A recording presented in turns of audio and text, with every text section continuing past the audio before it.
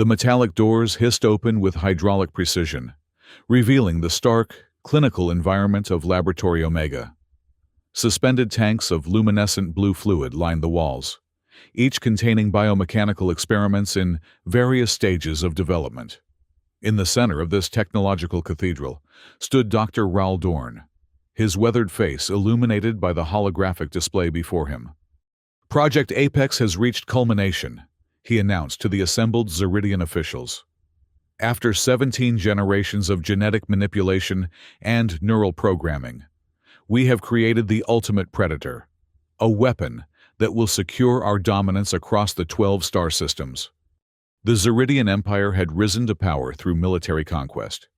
Their philosophy simple: strength commands respect, and those who cannot defend themselves deserve subjugation. Their sleek, obsidian uniforms match the cold efficiency of their worldview. At the head of the delegation stood High Commander Vex, his eyes like chips of ice beneath a forehead adorned with the Empire's insignia. "Show me," he demanded, his voice carrying the weight of someone accustomed to immediate compliance. Dr. Dorn gestured toward the largest tank at the room's far end.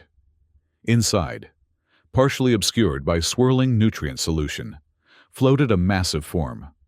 Its exoskeleton gleamed with a metallic sheen, despite being organic in nature. Rows of sensory organs pulsed along its flanks, and a neural matrix glowed beneath translucent segments of its skull. "Korath," Dorn said, a hint of pride breaking through his professional demeanor. Named after the ancient deity of hunt and harvest, it can track prey across any terrain, adapt to any environment, and has been programmed with one singular purpose: to kill with maximum efficiency. "Impressive claims," commented Lieutenant Colonel Saren Valk, the security commander, whose angular features remained perpetually tense. "But the Empire requires proof, not promises. The last 3 weapons projects delivered only partial success." Dorn's thin smile didn't reach his eyes. "That's why we've arranged a demonstration. We have acquired a test subject, a human female from Earth, part of the diplomatic envoy that arrived last month. Young, physically unremarkable, with no combat training. A perfect baseline to demonstrate Korath's capabilities." The officials murmured with approval. Humans were relatively new to interstellar politics, their planet having only recently developed warp capability. The Zeridian Empire viewed them as curiosities at best, potential vassals at worst, their diplomatic overtures merely a formality before eventual subjugation. "Where is this human now?" Commander Vex inquired. "In holding Cell 17. She was separated from her group during a tour of our facilities. As far as the Earth delegation knows, she wandered off and is being looked for." Dorn's casual dismissal of the diplomatic incident revealed the Empire's true regard for their human visitors. "Her name?" Valk asked, already pulling up security protocols on his wrist display. "Alara Miles, 19 Earth years, Junior Cultural Attaché. Though that appears to be merely a courtesy title, she seems to be the daughter of someone moderately important in their governance structure. Curious, observant, but ultimately insignificant." In the sterile confinement of holding Cell 17, Alara Miles sat cross-legged on the floor, her diplomatic uniform wrinkled from hours of waiting. Her chestnut hair was pulled back in a practical ponytail, revealing eyes that darted continuously around the space, cataloging details. She knew she hadn't simply wandered off, as her captors claimed. The subtle redirections, the conveniently malfunctioning door locks, the security personnel who insisted on escorting her back, only to deliver her here. It had been a carefully orchestrated abduction. Alara understood more than the Zeridians realized. Her courtesy title concealed her true role as a xenoanthropological researcher, specifically chosen for this mission because of her ability to read non-human expressions and social dynamics. Her observations thus far had confirmed Earth's suspicions. The Zeridian Empire's diplomatic overtures were hollow performances. The cell door slid open, revealing Lieutenant Colonel Valk, flanked by 2 guards in full combat gear. "Miss Miles," he said with artificial politeness, "we apologize for the confusion. There's been a slight change of plans." Alara stood, brushing off her uniform. "I assume that change involves something other than returning me to my delegation." "Lieutenant Colonel." Valk's eyebrows rose slightly. He hadn't introduced himself by rank or name. "You're observant." "I'm trained to be," she replied simply. "Then you'll understand when I say that your service to the Empire will be remembered." The platitude carried an unmistakable finality that sent a chill down Alara's spine. The guards moved forward in unison, each taking one of her arms. She didn't resist. There would be no point against their augmented strength. Instead, she focused on memorizing their route as they escorted her through a series of increasingly restricted corridors, each requiring higher security clearance than the last. They arrived at a massive bulkhead door labeled Omega Testing Arena. Lieutenant Colonel Valk placed his palm on the scanner, then leaned forward for retinal verification. "For what it's worth," he said as the massive door began to slide open, "your sacrifice will advance significant scientific understanding." "How comforting," Alara replied dryly, her mind racing to assess her options. The arena beyond was vast, at least 50 meters in diameter, with walls that rose 20 meters to a domed ceiling. The floor was textured, with a material resembling sand, but with a subtle metallic quality. Recessed lighting cast the entire space in a dim, reddish glow that created long shadows and limited visibility. The guards released her arms and stepped back through the doorway. Valk lingered momentarily. "The Empire thanks you for your contribution," he said mechanically, before following them. The bulkhead sealed with a resounding thud that echoed throughout the arena.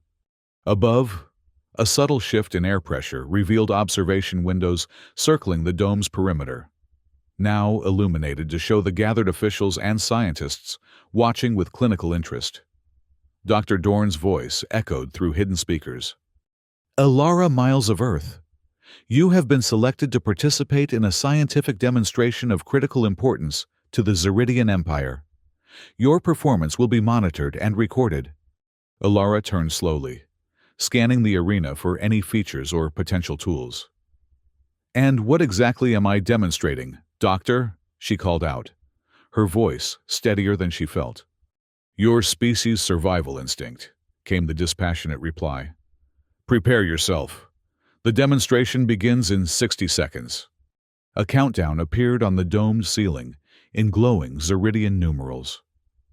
Alara's mind raced through her options. Running seemed pointless.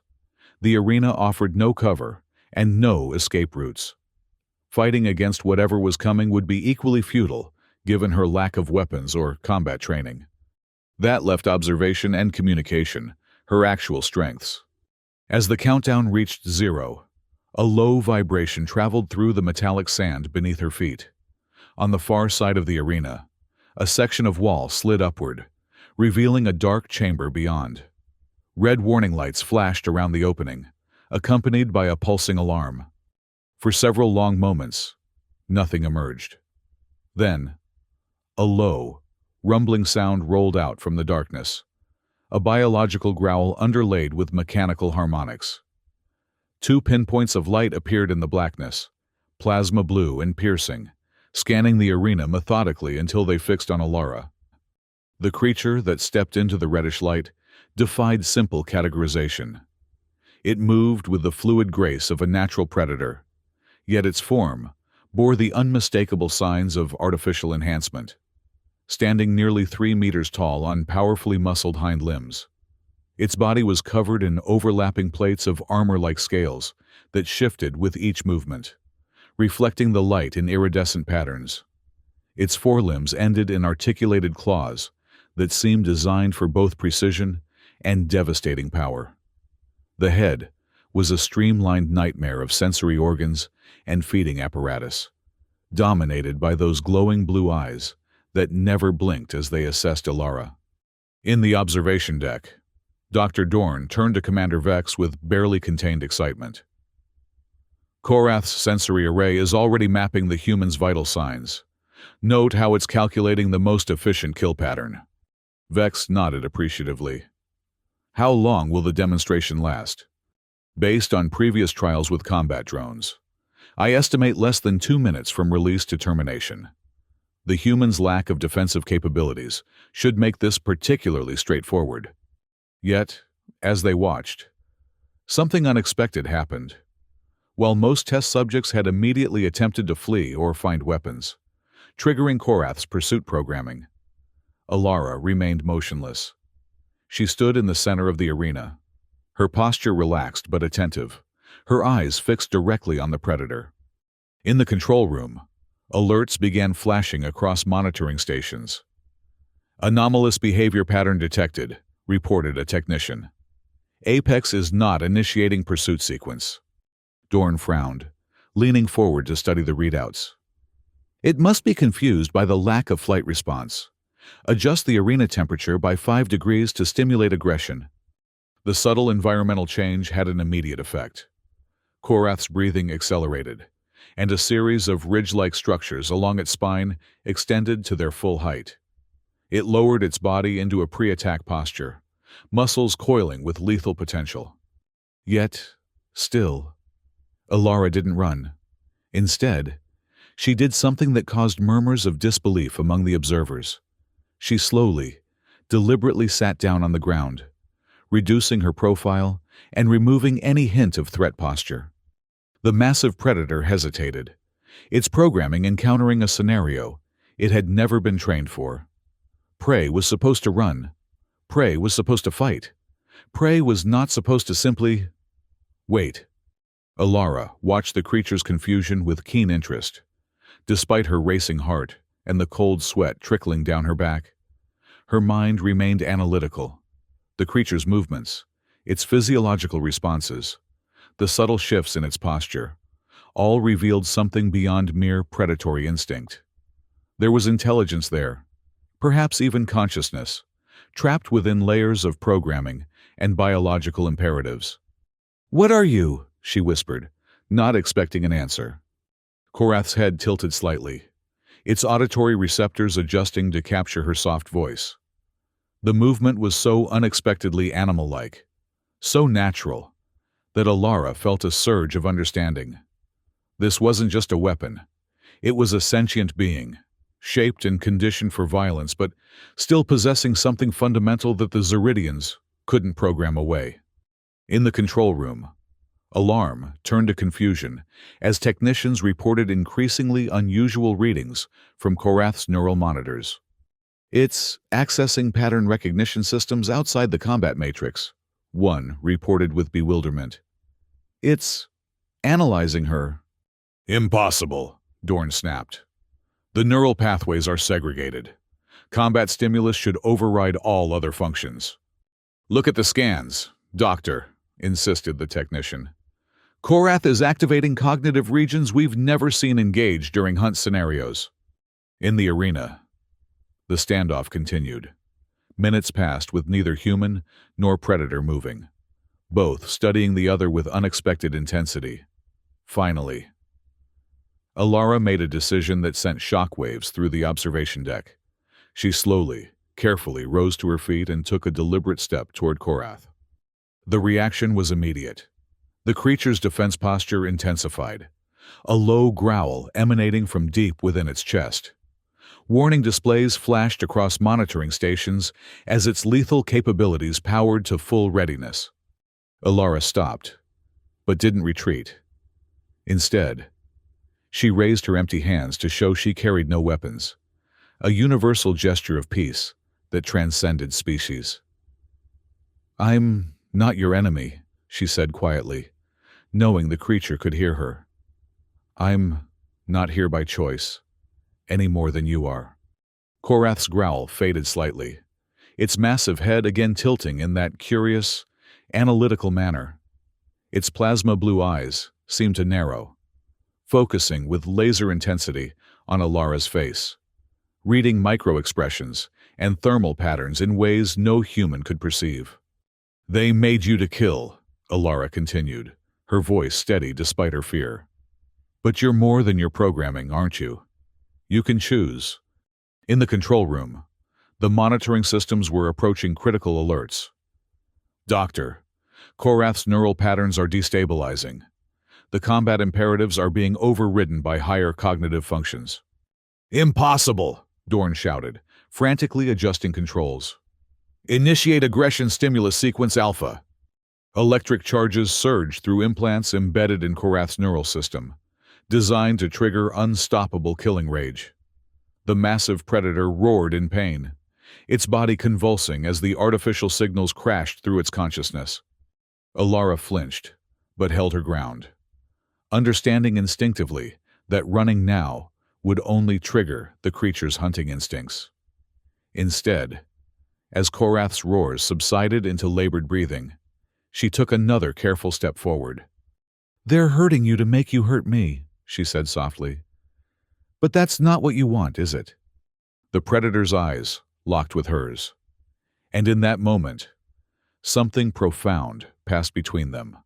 A recognition, a connection that transcended the barriers of species and programming. Alara saw intelligence in those eyes, and something more, a yearning for something beyond the violence it had been created for. With slow, deliberate movements, she extended her hand, palm up, toward the massive creature. It was a gesture rooted in Earth's most ancient history, an offering of trust that had first turned wolves into companions tens of thousands of years before. "I don't want to hurt you," she said, her voice barely above a whisper. In the observation deck, chaos erupted as monitoring systems blared warnings and displayed neural patterns never before recorded in Project Apex. Commander Vex turned to Dr. Dorn, his expression thunderous. "Terminate the experiment," he ordered. "The asset is compromised." "But the data," Dorn protested. "Now," Vex barked. "That thing cost more than this entire facility. I won't have it ruined by some primitive human's psychological tricks." In the arena, time seemed to slow as Korath considered Alara's outstretched hand. The creature moved forward with predatory grace, closing the distance between them until it towered over her, its breath hot against her face. Every instinct screamed at Alara to run, but she remained motionless, her hand steady in the space between them. Then, with a gentleness that seemed impossible from such a massive being, Korath lowered its head and pressed its armored snout against her palm. The contact sent shivers through Alara's body, not of fear, but of wonder. The creature's scales were warm to the touch, vibrating slightly with each breath. She could feel the incredible power contained within its form, now voluntarily restrained. "There you are," she whispered. "There you are." A low, rumbling sound emerged from Korath's chest, but unlike before, this wasn't a growl of aggression. It was deeper, rhythmic, almost like a purr. The sound vibrated through Alara's hand and up her arm, a physical manifestation of something extraordinary. Connection.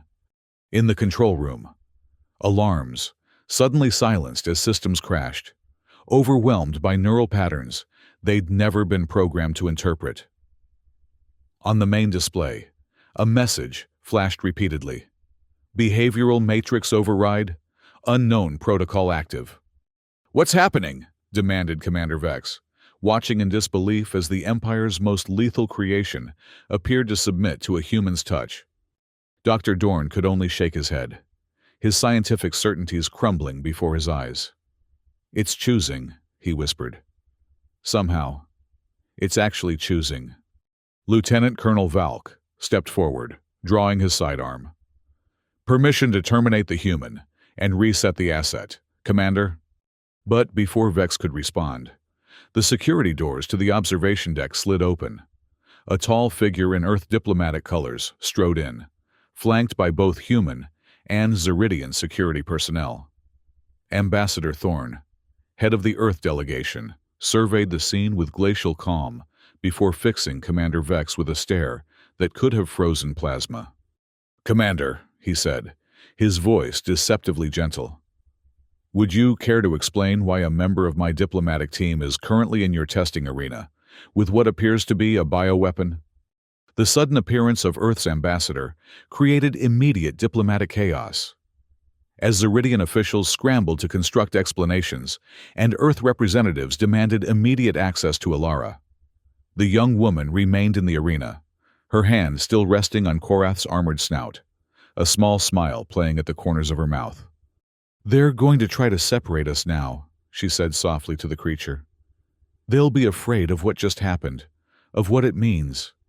Korath's purring intensified, and it shifted its massive body, moving to position itself partly between Alara and the arena entrance in a clearly protective posture. The movement was subtle but unmistakable, a declaration of intent that even the observers above could interpret without difficulty. The arena doors slid open, revealing armed security personnel led by Lieutenant Colonel Valk. They advanced cautiously, weapons raised. "Miss Miles," Valk called, his voice tight with tension. "Step away from the asset and proceed toward the exit immediately." Alara didn't move. "This asset has a name," she replied, "and Korath has made a choice that your empire should respect." Valk's expression hardened. "The creature is not capable of choice. It's responding to aberrant programming. Now step away before I am forced to take action that may harm you." Alara felt Korath tense beneath her hand, sensing the threat in Valk's words. She stroked the creature's scales soothingly. "Easy," she murmured. "Let me handle this." She turned back to the security team. "Lieutenant Colonel, I suggest you review the data your scientists just collected. What happened here wasn't a malfunction. It was a breakthrough. Korath demonstrated higher cognitive function, emotional processing, and autonomous decision-making. That's not a weapon anymore. That's a new form of sentient life." Valk hesitated, glancing up at the observation deck where commanders and scientists were engaged in heated discussion. Through the transparent barriers, Alara could see Earth's ambassador gesturing emphatically, while Commander Vex's face grew increasingly flushed. "My orders are to extract you and secure the asset," Valk finally said, though with less conviction. "And my diplomatic status grants me the right to request asylum for a sentient being under threat." Alara countered smoothly. "I am formally invoking that right on Korath's behalf, effective immediately." The security team exchanged uncertain glances. Interstellar diplomatic protocols were complex, and Alara's invocation of asylum rights created a legal quagmire that could take months to untangle.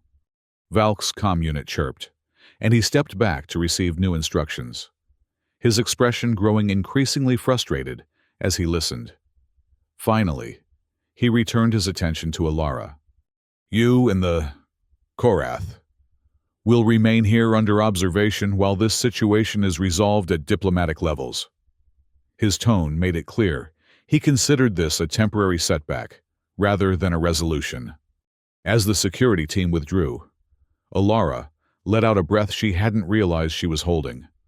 Korath made a questioning sound, its head tilting toward her. "It's okay," she assured the creature. "We've bought some time, at least."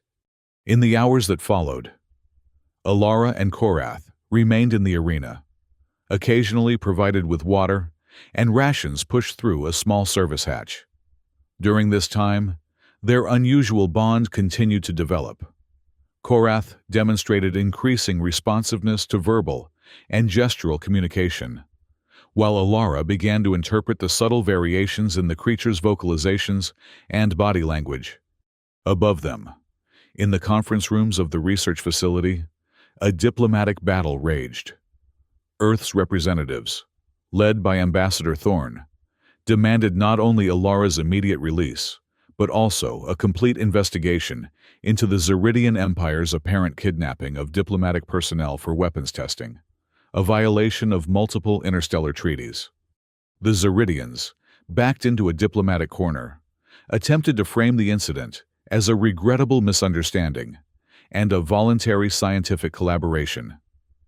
These claims fell apart when Earth produced tracking data showing Alara had been systematically separated from her group and security footage of her being escorted under guard.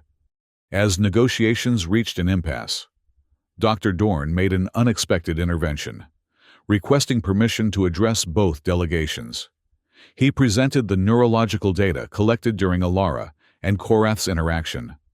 "What we witnessed was unprecedented," he explained, displaying complex neural mapping diagrams. The subject, Korath, demonstrated cognitive patterns indicating true choice, empathy, and self-determination. These are qualities we deliberately suppressed in the design process, yet they emerged spontaneously during interaction with the human. "Is this supposed to excuse your actions, Doctor?" Ambassador Thorne asked coldly. "No," Dorn replied, surprising everyone. "It's meant to illuminate a path forward. We created Korath as a weapon, but what emerged in that arena was something more, a new form of sentient life with the capacity for choice. That has significant implications, both scientifically and ethically." Commander Vex scoffed. "The asset malfunctioned. It will be reconditioned or terminated." "With respect, Commander," Dorn countered, "terminating Korath now would be like destroying a revolutionary scientific discovery. The potential knowledge to be gained from studying its emerging consciousness is incalculable." This argument, appealing to scientific advancement rather than ethics, began to sway some of the Zeridian officials. After hours of heated debate, a compromise was reached. Alara would be released to the Earth delegation immediately, while Korath would remain in Zeridian custody, but under a new classification as a sentient research subject, rather than a weapon, with significant restrictions on invasive testing. Lieutenant Colonel Valk was dispatched to the arena to inform Alara of the arrangement.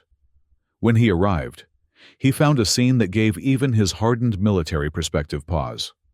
Alara sat cross-legged on the floor, apparently explaining something to Korath, who lay curled around her in a protective semicircle, its massive head resting near her knee while she absent-mindedly stroked the scales along its neck. "Miss Miles," Valk announced, keeping a cautious distance, "a resolution has been reached. You will be returned to your delegation immediately." Alara's hand stilled on Korath's scales. "And what about Korath?" "The asset," Valk began, then corrected himself at Alara's sharp look. "Korath will remain for further study, but under protected status." "Separated," Alara stated flatly. It wasn't a question. "That is correct." Korath seemed to understand the exchange. The creature's purring stopped, and it raised its head, fixing Valk with those unnerving plasma blue eyes. A low growl began to build in its chest. "No," Alara said firmly, placing her hand on Korath's neck. "That's not helping." The creature subsided, though its gaze remained fixed on Valk. "I want to speak with Dr. Dorn," Alara demanded. "Now."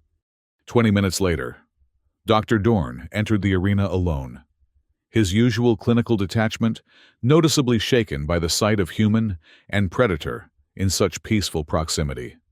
"This is remarkable," he murmured, unable to contain his scientific fascination. "The bonding process appears complete." "It's not a process, Doctor," Alara corrected. "It's a relationship, and I understand you've decided to separate us." Dorn shifted uncomfortably. "The diplomatic agreement requires—" "The diplomatic agreement was made without consulting either of the parties most affected," Alara interrupted. "I've spent the last 8 hours communicating with Korath. Its intelligence is extraordinary, constrained by your programming but rapidly adapting, finding workarounds, evolving. That's precisely why further study is essential," Dorn insisted. "Study or exploitation?" Alara challenged. "The moment I leave, will Korath still be treated as a sentient being with rights? Or will it revert to being an asset to be modified and weaponized?" Dorn's silence was answer enough. "I thought so," Alara continued. "Then let me offer an alternative proposal. I stay." "What?" "I remain here, officially assigned as an Earth xenoanthropological researcher, to participate in and oversee Korath's continued development and study. Earth gets an observer inside your program to ensure ethical treatment. You get to continue your research with the one person Korath has connected with, and Korath isn't traumatized by having its first positive relationship suddenly severed. Dorn stared at her, reassessing the young woman before him. "You're not just a cultural attaché, are you?" Alara smiled thinly. "Let's just say Earth's diplomatic selections are as carefully considered as your weapons programs. Doctor." The proposal created another round of negotiations, but ultimately, pragmatism prevailed. Earth's diplomats recognized the intelligence value of having one of their researchers embedded in a Zeridian weapons program, while the Zeridians saw the practical benefits of retaining the human who had established a unique connection with their most advanced creation. 3 weeks later, Laboratory Omega had been transformed. The central testing arena, once designed for lethal combat scenarios, had been repurposed as an environment for cognitive and behavioral research. Korath now moved freely within this space, engaged in increasingly complex problem-solving and communication exercises. Alara, now officially designated as Xenoanthropological Research Liaison, had been provided adjacent quarters with direct access to the arena. She divided her time between working with Korath, documenting their interactions, and conferring with the research team now led by Dr. Dorn, whose perspective had undergone a significant shift since witnessing the initial connection between human and predator. "The neural remapping continues to accelerate," Dorn reported during one of their daily briefings. "Korath's brain is literally rewiring itself, creating new pathways that bypass the combat programming we embedded. It's finding its way back to its authentic nature," Alara suggested. Dorn looked thoughtful. "Perhaps. Or perhaps it's evolving into something entirely new, neither the weapon we designed nor the creature it might have been without our interference." Their theoretical discussion was interrupted by Lieutenant Colonel Valk, who entered the observation room with his characteristic military precision. His relationship with the project had remained complicated, officially assigned as security liaison. He clearly still viewed Korath as a potential threat rather than a research subject. "Commander Vex will be visiting tomorrow to assess progress," he announced without preamble. "He expects a demonstration of Korath's capabilities." The temperature in the room seemed to drop. Everyone present understood the subtext. Vex still viewed the project primarily in terms of military applications. "Capabilities in what sense?" Alara asked carefully. "Combat efficiency," Valk replied bluntly. "The initial purpose of Project Apex." Dorn frowned. "The research parameters have been officially revised. Korath is now classified as a sentient research subject, yes," Valk interrupted. "But the Empire invested billions in its development as a weapon. Commander Vex expects return on that investment." After Valk departed, Alara turned to Dorn, her expression grave. This was inevitable. The Empire was never going to simply abandon the military potential. "What do you suggest?" Dorn asked. Alara considered for a moment. "We give them a demonstration, but not the one they're expecting." The following day, Commander Vex arrived with an entourage of military officials and weapons developers. Their expectations were clear from their specialized technical discussions as they entered the observation deck overlooking the arena. "Welcome, Commander." Dr. Dorn greeted them formally. "We've prepared a comprehensive demonstration of Korath's current capabilities." Vex nodded curtly. "Proceed." At a signal from Dorn, the arena's lighting adjusted to full spectrum, revealing Korath in the center of the space. The creature had grown even more impressive in the weeks since the initial encounter. Its armor-like scales had developed a deeper iridescence, and its movements displayed a fluid grace that somehow combined both predatory power and thoughtful precision. Alara stood nearby, dressed in a formal research uniform that blended Earth and Zeridian design elements. She carried no visible weapons or protective equipment, a pointed statement of trust that wasn't lost on the observers. "Begin combat assessment," Vex ordered. Instead of responding directly, Dorn activated the communication system.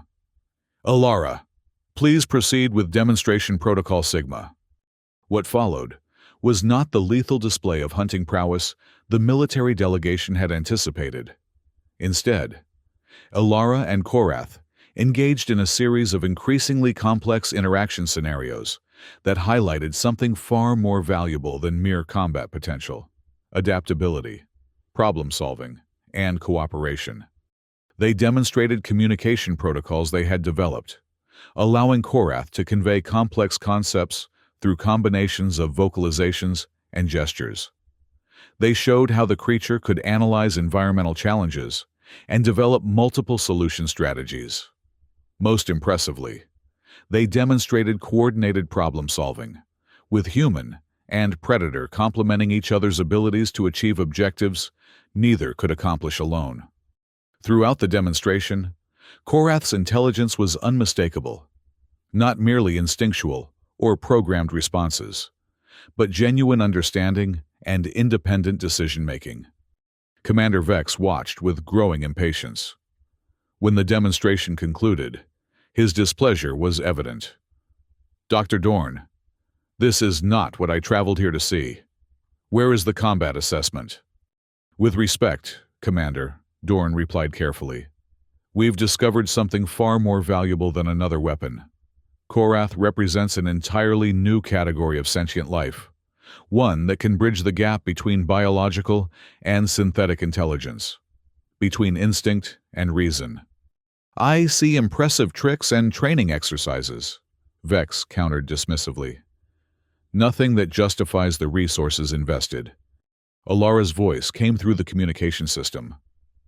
"Perhaps the commander would prefer a more direct demonstration." All eyes turned back to the arena, where Alara was now opening a series of containers that had been positioned along the wall. From these, she removed various weapons and combat implements, arranging them on the floor before stepping back. "Korath," she said clearly, "Defensive Scenario 3. The change in the creature was immediate and startling. Its posture shifted to full combat readiness, sensory ridges extending to maximum sensitivity. With lightning speed, it assessed the available weapons, selected those best suited for the arena's environment, and assumed a defensive position that military analysts would recognize as flawlessly optimal. "The Empire wanted a perfect predator," Alara explained, her voice carrying to the observation deck. "You have one. But now that Predator chooses when and how to deploy its capabilities, rather than being a simple automaton of destruction. To demonstrate, she issued a stand-down command, and Korath immediately relaxed its posture, carefully returning the weapons to their containers. "Imagine," Alara continued, "soldiers who can not only follow orders, but understand the context of their missions. Operatives who can adapt to unexpected scenarios without requiring new programming. Sentinels who can distinguish between genuine threats and innocent bystanders through actual comprehension rather than simplistic identification protocols." In the observation deck, several of the military officials were exchanging thoughtful glances. The tactical advantages of truly intelligent combat units versus merely programmed ones were significant. Commander Vex, however, remained skeptical. "Impressive theory, but untested in actual combat conditions." "Perhaps a practical demonstration, then," suggested Dorn, having anticipated this objection.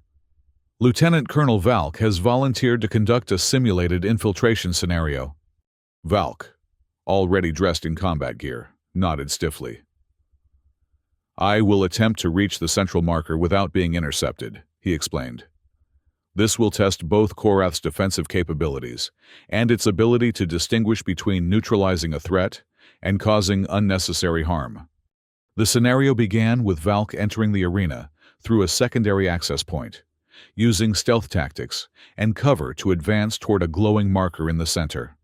Korath, seemingly ignoring his presence, remained by Alara's side, until Valk made a sudden sprint for the objective. What followed was a display of physical capability that left even the hardened military observers stunned. Korath moved with impossible speed, intercepting Valk well before he reached the marker. Instead of attacking, however, the creature simply positioned itself as an immovable barrier, using its mass and strength to block Valk's path without causing injury. When Valk attempted to circle around, Korath anticipated the movement perfectly, always remaining between him and the objective. When the lieutenant colonel finally resorted to drawing his sidearm, loaded with training rounds, Korath's response was both controlled and decisive. It disarmed Valk with surgical precision, removing the weapon without injuring his hand, then used its body to pin him immobile, but unharmed against the arena floor. "Scenario complete," announced Dorn. "Threat neutralized with 0 casualties or injuries." In the observation deck, even Commander Vex could not hide his impression. "The speed and precision are notable," he admitted grudgingly. "And combined with intelligence and judgment," added one of his advisors. "That's the true advancement here. Any predator can kill, but one that can assess, decide, and adapt. That's unprecedented." As the demonstration concluded, and the delegation departed for further discussions, Alara remained in the arena with Korath. The creature settled beside her, its massive form curled in a now familiar posture of relaxation. "You did well," she told it, stroking the scales along its neck. "Better than well." Korath made a soft purring sound, pressing its head gently against her hand. The gesture had become a common communication between them, one that transcended the barriers of species and origin. In the weeks that followed, Project Apex underwent a fundamental transformation. While military applications remained part of the research, the focus shifted increasingly toward understanding and developing Korath's cognitive abilities and the unique bond it had formed with Alara. Dr. Dorn, whose scientific curiosity had overcome his initial adherence to military objectives, became an unlikely advocate for treating Korath as a sentient research partner rather than a subject. His detailed documentation of the creature's rapidly developing intelligence and emotional capacity began circulating among Zeridian scientific communities, sparking debates about consciousness and the ethical implications of creating sentient weapons. Even Lieutenant Colonel Valk's perspective evolved, particularly after Korath demonstrated protective behaviors toward him during a laboratory accident that would have exposed him to harmful radiation. The creature's decision to shield a human it had previously regarded as a threat suggested moral reasoning beyond its original programming. 6 months after the initial encounter in the testing arena, Laboratory Omega hosted an unprecedented event, a formal research symposium attended by scientists and diplomatic representatives from both Earth and the Zeridian Empire. The subject was officially listed as Emergent Consciousness in Synthetic Biological Systems. But everyone present understood they were really there to witness the phenomenon that was Korath. As Alara guided the creature through demonstrations of its cognitive abilities, communication skills, and decision-making processes, the audience's reaction evolved from scientific interest to profound realization. They were not merely observing an experiment or a weapon. They were meeting a new form of intelligent life. In the concluding session, when a Zeridian official asked about Korath's combat capabilities, Alara addressed the underlying question directly. The most advanced predator ever created chose not to kill when given every opportunity and incentive to do so. She stated simply, "Perhaps that should tell us something about the nature of true intelligence and the future of our interactions across species." Later that evening, as the facility quieted and most personnel departed, Alara sat alone with Korath in what had once been a testing arena and had gradually transformed into something closer to living quarters. The creature rested its massive head near her, those plasma blue eyes watching her with what she had come to recognize as contemplative attention. "We've come a long way, haven't we?" she said softly, running her fingers along the now familiar pattern of scales. From test subject and weapon to whatever we are now. Korath made a low, harmonic sound that Alara had learned to interpret as agreement. The creature's vocalizations had developed substantial nuance over the months, becoming an increasingly sophisticated form of communication. They're still deciding what to do with us, you know, she continued. Earth wants me back eventually. The Zeridians are split between those who see you as a scientific miracle and those who still hope for a weapon. And no one quite knows what to make of this. She gestured between them, indicating their unique bond. Korath shifted, raising its head to look directly into her eyes. With deliberate movements, it extended one massive forelimb. The lethal claws retracted, and gently rested it against Alara's outstretched hand, a mirror of that first contact that had changed everything. The gesture was unmistakable in its meaning, transcending the barriers of species and language. Whatever comes, we face it together. Alara smiled, feeling the warm vibration of Korath's purr against her palm. Yes, she agreed. Together. In the darkened observation deck above, forgotten monitors continued to record data, their displays showing neural patterns synchronizing between human and non-human brains, a phenomenon never before documented in any research across the 12 star systems. The implications would take years to fully understand. But one thing was already clear. What had begun as an attempt to create the ultimate predator had instead revealed a profound truth about connection across the boundaries of difference. The apex predator had been bred to kill, but when offered the hand of peace, it had chosen another path entirely. And in that choice lay possibilities that neither Earth nor the Zeridian Empire had imagined when they first crossed paths among the stars. As facility systems automatically dimmed for the night cycle, Alara closed her eyes, leaning against Korath's warm, protective presence.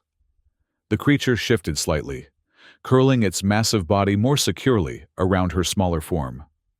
In the quiet darkness, their breathing gradually synchronized, predator and prey, weapon and diplomat. Two entirely different forms of life, finding common ground in the simple truth that connection is stronger than conflict. Outside the laboratory windows, stars glittered in the void, countless worlds waiting to learn what these two unlikely companions had discovered in a sterile testing arena. That even the deadliest predator can choose compassion when offered the chance, and that sometimes the greatest power lies not in the ability to destroy, but in the courage to extend a hand in peace.